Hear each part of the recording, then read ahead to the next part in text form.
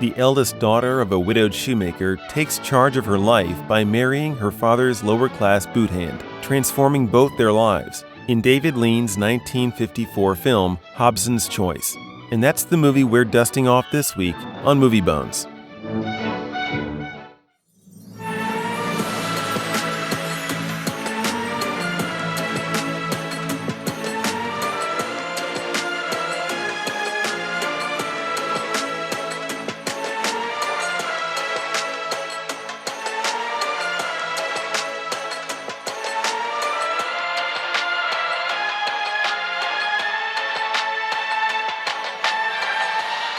Now, listen to me, you three. Providence has decreed that you should lack a mother's hand at the time when single girls grow bumptious. I've come to a decision about you two. You're going to exercise your gifts on some other man than me. You mean get married, Father? Exactly. I'm going to choose husbands for the pair of you. You're talking a lot to Alice and Vicky, Father. Where do I come in? Well, all the women can't have husbands, Maggie. And I look to you to take their mother's place till I've made arrangements for them. Dinner's at 1, remember? Dinner will be when I come in for it. I'm master here. That was Henry Hobson, and boy howdy is he ever a piece of work. You heard him there doing his best to tell his adult daughters how their life is going to be, each according to his idea of a perfect outcome, which in this case means offloading his youngest two onto men he chooses because they annoy him, but keeping his oldest Maggie around because, you know, when you've hit 30 as a woman, nobody will marry you, and besides, he needs somebody to be his personal caretaker. Have I mentioned yet that he's never paid any of his daughters anything for the entire time that they've worked for him, their entire adult life? A regular Archie Bunker of Salford, England, I think. So anyway, that's how it sets up. So did I omit anything that the audience needed to know? I don't think so far. That's pretty spot on. I was looking up the title of the film, but it wasn't the first entry on the things that came up in Google search. But the thing that is the thing I learned, which is that Hobson's choice is actually a phrase. And it's used to designate, a free choice in which only one thing is actually offered.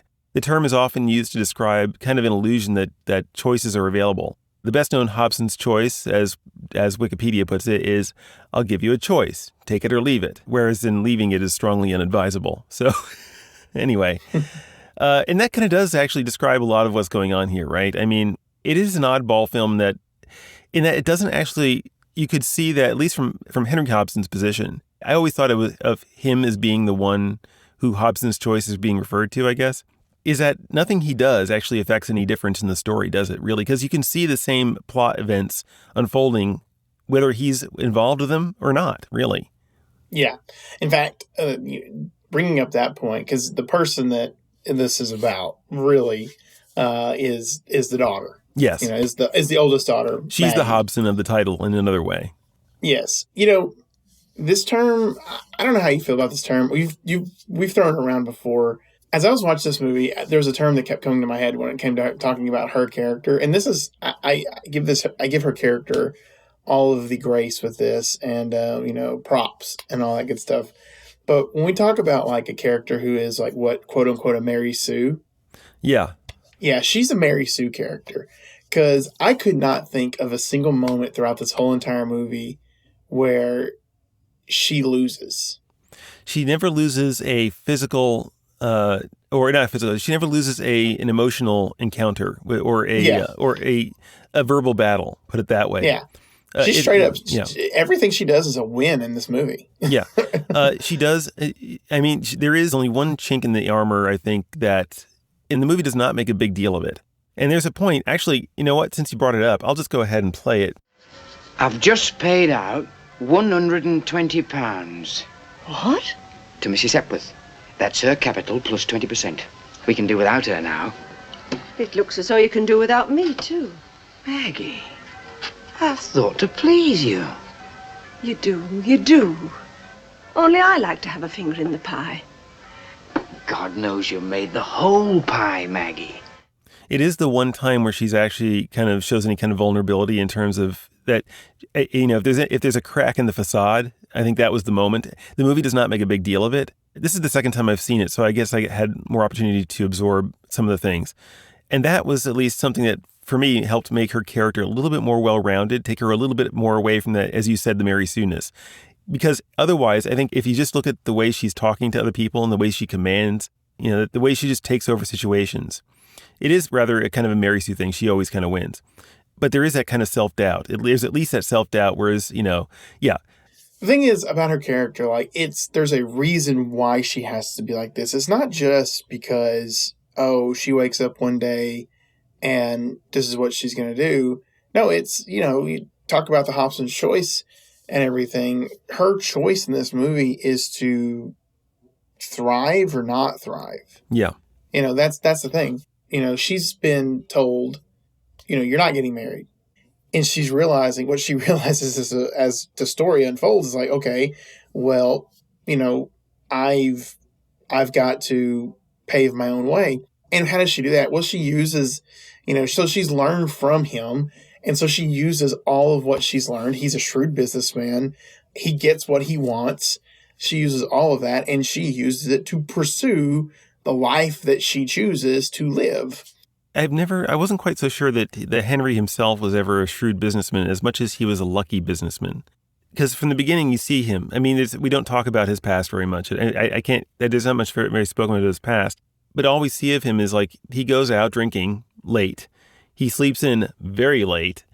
And, and he basically expects that the whole world, his whole world, which is his daughter's, their worlds to revolve around him. And it's like his daughter is the brains. And it's almost like I could imagine her being that way as a response to her father's kind of lack of discipline to overcompensate in the other direction.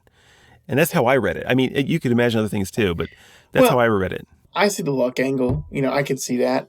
Not really a counter argument, but to add to kind of marriage what we're both been saying here. The thing is like he has this commanding presence amongst people that are surrounding him.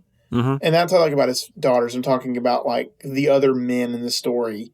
He's got this commanding presence around them. So he has, even if it is luck, he has found himself in a position where it's a mixture of of respect and fear that others show him when they are interacting with him. Except the two, I forget their names, but except like the other two son-in-laws by the end of the movie. They're the ones that probably don't, because they're not really in the movie all that long.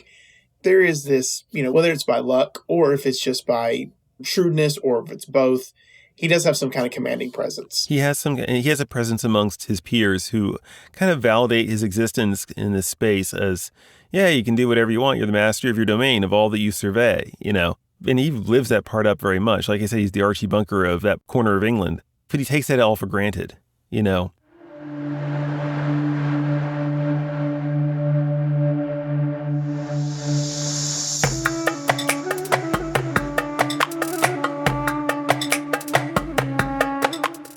Henry doesn't just limit his abuse to his daughters. It's also to his boot hand. And so to see the two of them, especially because he's considered lower class, even though I wouldn't say Henry is high class, he's still kind of caught in that the older Victorian style, the older Victorian classes meant much more, as from my understanding of it, is that the classes were much more like, almost like a caste system. But it's like there's like a big taboo, to be mixing that way with the lower classes, let alone to say you're going to up and marry this guy, And he's taken aback by it too. I was a little bit kind of put off initially the first time I saw this movie by Mary's kind of, she's so forthright, she actually calls off his engagement plans. You know what I mean? which is funny in one hand, but it's like, man, that's pretty harsh. And then you kind of think about it some more, and it's like, actually, it seems like he was he's as meek and tame as she is strong and forthright. So it's like, yeah, and so that's the other girl he was with, and her mother, especially the mother, was so overbearing on him. It's almost like he didn't have a choice there either. That's what I got from second viewing. So it kind of works out that way. Yeah, it's in both situations. He's, it does paint the picture of, you're going to be controlled no matter what. It's just what that control, again, Hobson's choice. Yeah. He's, really, if you want to call this one a choice, this one's, it doesn't matter what happens, you're still going to be controlled. But in one instance with Maggie's character and everything, what we learn is that, her control over him is meant to, quote unquote, make him better. he's led into this life by her, and ultimately he comes out better on the other end of it because of it and everything. And these are very extreme. I think the movie does a really good job as almost like a social It's using the medium of the movie to kind of almost push the extremes to kind of make a larger point. I almost could see this as like making a commentary on English society at the time. Yeah, it's definitely like you could, again, if you wanted to put this in like a political thought category, it's pretty feminist for what it is because, she takes control of her life and, she wins. I mean, she does continuously show that it's possible for a woman to get ahead. Yeah. And I think even on a larger scale, you could even take this one step back further. It's not just satirizing or the culture at the time, but also about the inevitability of certain kinds of change, right? Yeah. And that is its own Hobson's choice, right? There are undercurrents of things going on socially and culturally that are bubbling under the surface because, well, the way things are kind of can chafe a lot of people, and it often goes unnoticed. Well, by people like Henry, right? Henry kind of represents the old guard who's kind of blind to and just kind of coasting on the energy of whatever was built up before, right? And not kind of really oblivious to the undercurrents of change that are happening right under his nose. And there's also a certain kind of inevitability about that in life and just in the cycles of culture, right? Yes, there very much is, because that is, I mean, we see it all the time today that, there are things that we might not like. I don't want to say like, there's things we might not see. Well, like, dislike, it doesn't really matter.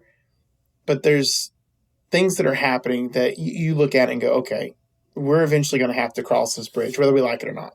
Yeah. And that movie, that's his whole entire movie, is a way of like setting it up. It's like, you're going to have to cross this bridge. You don't want to cross this bridge, but you're going to have to cross this bridge. Yeah. The daughters both want to get married, and who they particularly want to get married to. I kind of wish I had a better understanding of the culture of that time because, and I know what the temperance movement is. That's not that big of a deal. Like that, I understand that, but like there was this part throughout the movie where he wanted his kids to be married to temperance people. It didn't really say, I don't think it didn't really explain why that was the case. I didn't quite understand that because it's like, well, for a guy who likes to drink so much himself, and boy, does the movie ever underline that. He wants his kids to marry someone who's like, completely teetotaler. And I didn't quite, that was a bit of a head scratcher, Yeah. And then you had to like, and then, again, this is a time period where like marrying your daughter off wasn't always about love.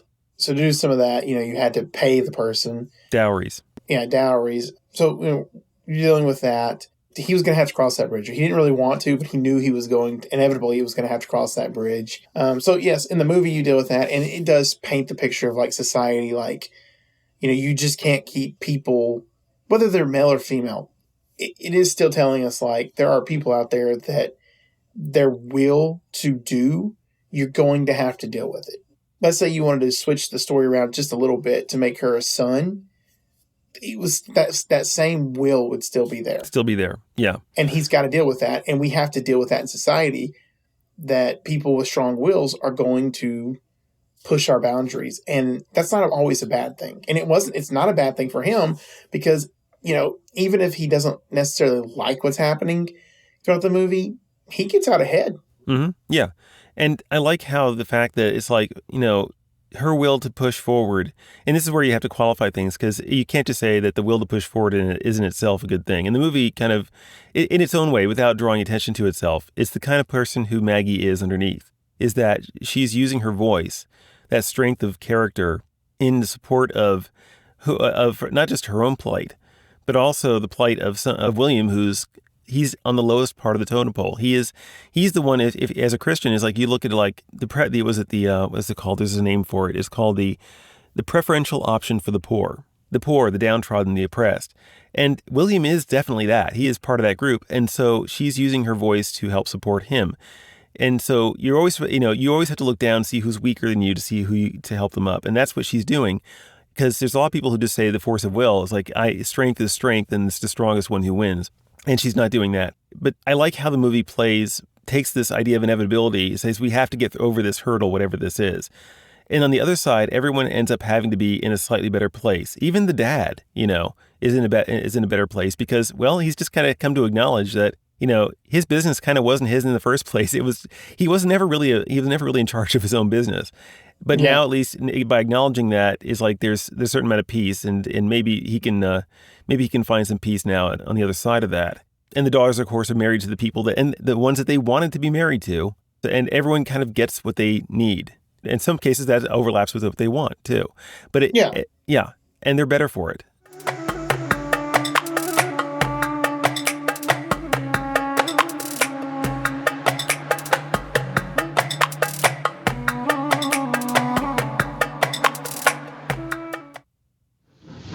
How you feeling, lad? My mind's made up. I've got wrote up to point. I'm ready. It's church we're going to, not dentists. I know. You get rid of somewhat at dentists, but it's taking somewhat on to go to church with a wench. Listen, Will, I've a respect for church. Parson's going to ask you if you love me, and you'll either answer truthfully or not at all. I'll tell him yes. And truthfully? Yes, Maggie. I'm resigned. You're growing on me. I'll toe the line with you. See, that was kind of an important part for me, I think, in their relationship, because when you have a force of nature like Maggie, who can so easily steamroller over people, almost at will, that she still takes the time to consider other people, the actual impact of the things she's doing. In this case, it's like she's right before her wedding, and she is just want to make sure, like, William, do you really want to marry me? Do you really love me? Kind of a thing. Because if you don't, say it now, kind of a thing. And that's what kind of makes a lot of the rest of it work, because without him doing that and then subsequently growing in character to the point where he's actually able to stand upright as a fellow citizen to the others who were always looking down on him, that was crucial to me. And it actually elevated that part of the film for me. Yeah, I agree. There is still that softness there, that human side there. Going back to something we've already talked about and everything, that whole caste system that we were discussing a little bit. This is her again. This is that kind of progressive thought that, like, maybe, the quality of someone's character should outweigh the level at which they were born. Yeah. It's one of those things that really marries the larger themes to the smaller events on screen. It did a really good job at that. Yeah. So yeah, I mean, let's see. Going on to like some of the more trivial bits about the film. This is my first David Lean film. How about you? Have you seen a David Lean film before this? Not to my knowledge. No. So we're both kind of newbies at that. So, and yet when you think of David Lean, it's like I knew of David Lean by name, not because I've seen his movies, just because you hear about his name. And most people, when they hear of it, think of things like Lawrence of Arabia and Bridge on the River Kwai and Dr. Zhivago, all big sprawling epics, just spilling over the borders on the outside of the screen. And here's this very small kind of, like, as you said, it's like a Broadway play. I never would have imagined, putting David Lean's name, attaching it to a movie like this, just based on what I knew before. I like the performances by all the characters. This is silly. There is this, it's kind of an older, in this, that type of British accent that we see, especially out of like William's character and everything. It always kind of reminds me of like, a show that I watched on, I think that was on the PBS. My mom watched it. It reminds me of some of the characters on it. It was the show called, I think it was called Are You Being Served? Okay, yeah. Yeah, that accent. I used to see episodes of that on PBS. Yeah, that accent was, it always reminds me of that accent reminds me of that show. So I was just like, just reminded me happy memories, all that good stuff. And Charles Laughton, am I saying his name right? Yeah, Charles Laughton. I was reading up on his life. Nothing really about his life, but he was a great actor. Daniel Day-Lewis says that Charles Laughton was an inspiration for him. Oh wow! And Daniel Day-Lewis, for those of you who don't know, has been in many things, like many things that are just amazing. Yeah. Yeah, he's been terrific in just about all his career. Yeah, and to look up to Charles Laughton like that speaks a lot about, of admiration there. So when it comes down to what I think about this, I was initially debating between like In a Museum and Trust Me, but I ended up going on Trust Me, I think, because I think I will be seeing this more in just once or twice more in my life. It certainly, like I said, I've seen this now twice. This is the second time I've seen it. Ryan, this is your first, I think, right? Yes, it is. Yeah. So because I've seen it twice now, I think I've seen it with a little more depth and clarity now. It's like it's actually works on multiple levels for me. I think it actually bumped it up for me to trust me. I got more out of it the second time than the first time. So I'll be doing it. This is a trust me for sure. How about you, man? Yeah, I'll give it a trust me. This is it's not really billed as this, and like, in my opinion, this is a feel good movie. Because again, you just, all the characters, they're, they, even if they go through something, they all end up in a better place than they started, which is a good thing. And it's just, you get to see people, interacting with the world in which they interact with. And ultimately, the problems aren't the worst problems in the world. Like, it's a movie you can watch and just like enjoy for what it is. So yeah, trust me, definitely trust me. Yeah, it's a comedy with a little bit more on its mind than just making you laugh, and where everything ends up happily, but it does so in a way that's not, doesn't feel unearned either. So yeah, trust me. Anyway, yeah, that's Hobson's Choice. And at this time, we'd like to remind the listening audience out there that if you're having a good time, listening along with Ryan and me, and please do like and subscribe, comment, and of course, follow us on your podcast purveyor of choice. Tell us if you think we got it all wrong, because we're not perfect at this. We're not film scholars. We're just a couple of armchair dudes looking at and trying to catch up on our film history. So given that, yeah, on that note, we have a film coming up next week. And what does that happen to be? This next movie is a movie that helped inspire, and it sounds wild to say, but helped inspire the great cartoon character Bugs Bunny. Supposedly. We'll talk more about that when we get to that. It stars Clark Gable, Claudette Colbert, and it's directed by Frank Capra. Yeah. It is supposedly, I don't know about supposedly, but I've seen things that says it's like the first real romantic comedy. But anyways, join us in watching and speaking or talking about the movie It Happened One Night. Happened One Night. Directed by the same guy who did It's a Wonderful Life. Yeah. And also Mr. Smith Goes to Washington and a bunch of others that kind of that's a movie. Yeah. That's a movie I need to sit down and watch too.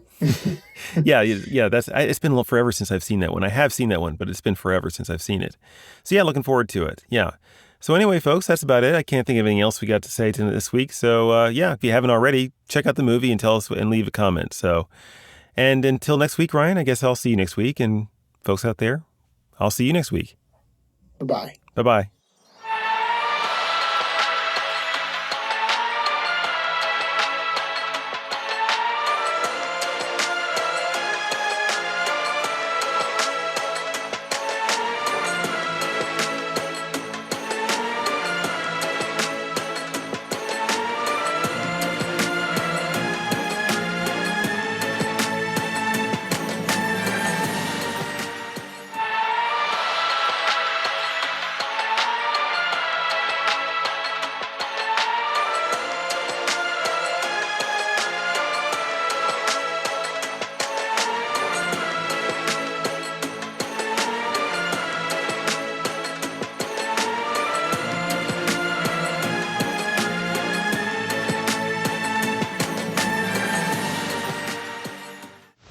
I've been diddled.